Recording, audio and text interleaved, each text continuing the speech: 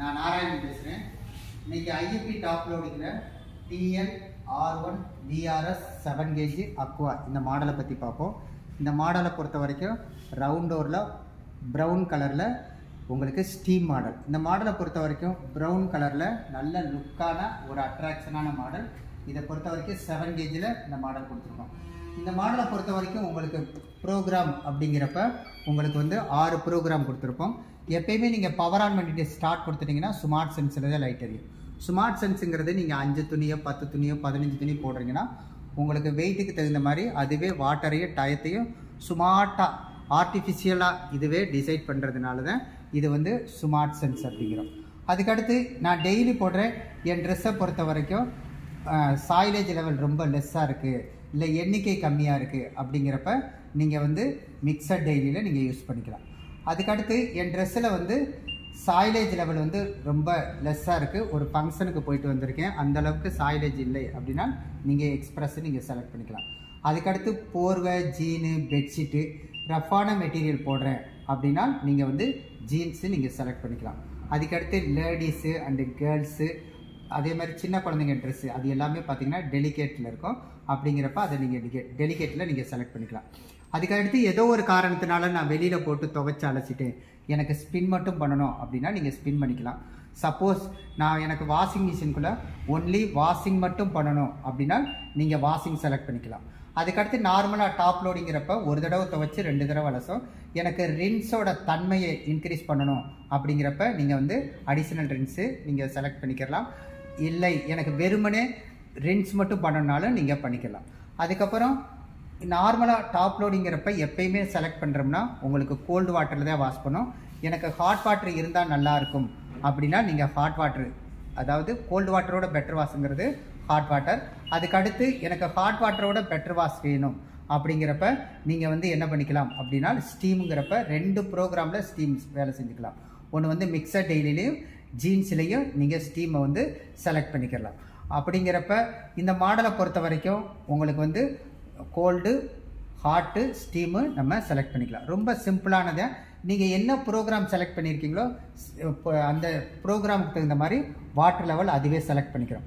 அதுக்கடுத்து எனக்கு வந்து மிஷின் ரன் ஆகிக்கிட்டே இருக்குது, எனக்கு வந்து பசங்க வந்து ப்ரோக்ராமை சேஞ்ச் பண்ணாமல் இருக்கக்கூடாது அப்படிங்கிறப்ப நீங்கள் வந்து ஆப்ஷனையும் டெம்பரேச்சரை ப்ரெஸ் பண்ணிங்கன்னா 3 செகண்டு உங்களுக்கு சைல்ட் லாக் ஆயிடும். அதுக்கடுத்து எங்கள் ஏரியாவில் தண்ணி வசதி ரொம்ப கம்மியாக இருக்குது, அதிகமான துணியை போட்டு வாஷ் பண்ணணும் அப்படிங்கிறப்ப நீங்கள் வாட்டர் சேவ் செலக்ட் பண்ணிங்கன்னா ஃபஸ்ட்டு தடவை வாஷ் பண்ணிட்டு அதுக்கடுத்து 2 தடவை அலசுறப்ப கடைசியாக 2ஆவது தடவை அலசுகிற தண்ணியை அப்படியே வச்சுருக்கோம், அலசிட்டு வச்சுருக்கோம். நம்ம துணியை மட்டும் எடுத்து புழிஞ்சிட்டு நம்ம வேறு துணியை போட்டு செகண்ட் டைம் வாஷ் பண்ணுறதுக்கு கிட்டத்தட்ட ஒரு 35 லிட்டரை சேவ் பண்ணுறதுக்கு இந்த வாட்டர் சேவ்ங்கிறது ரொம்ப ஹெல்ப்பாக இருக்கும். இந்த மாடலை பொறுத்த வரைக்கும் வேறு என்ன அட்வான்டேஜஸ் அப்படின்னு பார்த்தீங்கன்னா இதை பொறுத்த வரைக்கும் உங்களுக்கு ட்ரையாடிக் பல்சேட்டரில் இயங்குறதுனால உங்களுக்கு 3 டைரக்ஷனில் வந்து பல்சேட்டர் வந்து ரன் ஆகிறதுனால உங்களுக்கு என்ன ஆகும் அப்படின்னா உங்களுக்கு துணி வந்து மேலே கீழே மாறும். அதுக்கடுத்து வாஷிங் நடக்கிறப்ப ட்ரம்மு லேசாக சேக் ஆகிறப்ப பயாக்சல் ரொட்டேஷனுங்கிறப்ப 360 டிகிரி துணி ட்ராவல் ஆகிறப்ப வாஷிங் சூப்பராக இருக்கும். அதுக்கடுத்து இதில் அக்வா எனர்ஜிங்கிறப்ப வாட்டர் சாஃப்ட்னிங் டிவைஸுங்கிறதுனால உங்களுக்கு கனநீரை மென்னீராக ஆக்கி வாஷ் பண்ணுறதுனால உங்களுக்கு வந்து துணி சாஃப்டாக ப்ரெஸ்ஸாக இருக்கும். இந்த மாடலை பொறுத்த வரைக்கும் எல்லா மாடல்கள்லையுமே கம்பேரிசன் பண்ணுறப்ப பர்டிகுலராக ஐஎஃப்பியில் எல்லா மாடல்லையுமே உங்களுக்கு எக்ஸ்ட்ரா லார்ஜ் லென்த் ஃபில்டர், பெரிய லென்த் ஃபில்டர் கொடுத்துருக்கிறதுனால டஸ்ட்டு ஏதாவது உங்களுக்கு வந்து கலெக்ட் ஆகுதுன்னா இந்த லென்த் ஃபில்டரில் கலெக்ட் ஆகிக்கிறோம் அப்படிங்கிறப்ப பெரிய லென்த் ஃபில்டர். அதுக்கடுத்து எல்லா மாடல்கள்லையுமே பின்னாடி வந்து ஐஎஃப்பில் பேக் சைடில் வந்து வீல் கொடுத்துருப்போம், ஒரு இடத்துலேருந்து இன்னொரு இடத்துக்கு மூவ் பண்ணுறதுக்கு ரொம்ப ஹெல்ப்பாக இருக்கும்.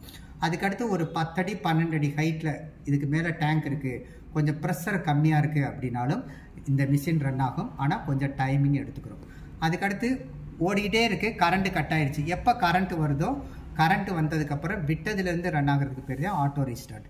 அதுக்கடுத்து ஸ்மார்ட் சென்ஸை பொறுத்த வரைக்கும் நீங்கள் எப்பயுமே பவர் ஆன் பண்ணிட்டு ஸ்டார்ட் கொடுக்குறீங்க அப்படின்னா ஸ்மார்ட் சென்ஸுங்கிறப்ப உங்களுக்கு என்ன வெயிட்டோ அதுக்கேற்ற மாதிரி டிஃபால்ட்டாக அதுவே செலக்ட் பண்ணிக்கிறது. அதுக்கடுத்து ஆட்டோ இம்பேலன்ஸ் கரெக்டிவ் சிஸ்டம். இப்போ ஸ்பின் பண்ணுறப்ப வைப்ரேஷன் நாய்ஸ் இருக்கக்கூடாதுங்கிறதுக்காக 9 டைம்ஸ் சர்ச் பண்ணி ரன் ஆகிறதுனால வைப்ரேஷன் நாய்ஸ் இருக்காது. அதுக்கடுத்து வோல்டேஜ் ப்ரொடக்ஷன், இதை பொறுத்த வரைக்கும் 170லேருந்து 270க்குள்ளே வந்தால் ரன் ஆகும். அதுக்கு கீழேயோ 170க்கு கீழேயோ 270க்கு மேலேயோ இருந்துச்சுன்னா மிஷின் வந்து ஆஃப் ஆகிட்டு எரர் கோடு காமிச்சிடும். எப்போ கரண்ட் சரியாக வருதோ அப்போ தான் ரன் ஆகும். அது மிஷின் சேஃப்டிக்காக கொடுத்தது. அதுக்கடுத்து ஆட்டோ டயக்னோசிஸ். இந்த பொறுத்த வரைக்கும் ஆட்டோ டயக்னோசிஸ்ங்கிறது என்னென்னா, இப்போ வந்து ஏதோ ஒரு காரணத்தினால மிஷின் ரன் ஆகலை. ஒன்று வாட்டர் சரியாக வராமல் இருக்கலாம், இல்லை கரண்ட்டு சரியாக இருக்கலாம். மிஷினில் ஏதாவது ப்ராப்ளம்னா இதில் எரர் கோடு காமிக்கும். அதுக்கு ஏற்ற மாதிரி நம்ம அந்த பர்டிகுலர் ஸ்பேரை மட்டும் பிரித்து பார்க்குறதுக்கோ இது சம்மந்தப்பட்டது என்னங்கிறத ஈஸியாக தெரிஞ்சுக்கிறதுக்கு தான் செல்ஃப் டயக்னோசிஸ் கொடுத்துருக்கோம். அப்படிங்கிறப்ப இந்த மாடலை பொறுத்த வரைக்கும் இருக்கிறதுலேயே ரொம்ப சிம்பிளாக அட்ராக்டிவாக கொடுத்துருக்கோம். வாரண்டியை பொறுத்த வரைக்கும் உங்களுக்கு 4 years 100% வாரண்ட்டி, மோட்டாருக்கு 10 year வாரண்ட்டி. அதே மாதிரி குறைந்தபட்சம் 10 வருஷத்துக்கு ஸ்பேர் கிடைக்கும் அப்படின்னு ஒரு மிகப்பெரிய உத்தரவாதம் கொடுப்போம். அதுக்கடுத்து இது 5 star ரேட்டிங்கில் கொடுத்துருக்கிறதுனால பவர் கன்சப்ஷனும் ரொம்ப லெஸ்ஸாக இருக்கும். ஒரு 7 gaugeல ஒரு நல்ல மாடலை ப்ராப்பராக எக்ஸ்பிளைன் பண்ணேன் அப்படிங்கிற திருப்தியுடன் விடைபெறுகிறேன். பிடிச்சிருந்தால் லைக் பண்ணி கமெண்ட் பண்ணி ஷேர் பண்ணுங்கள்.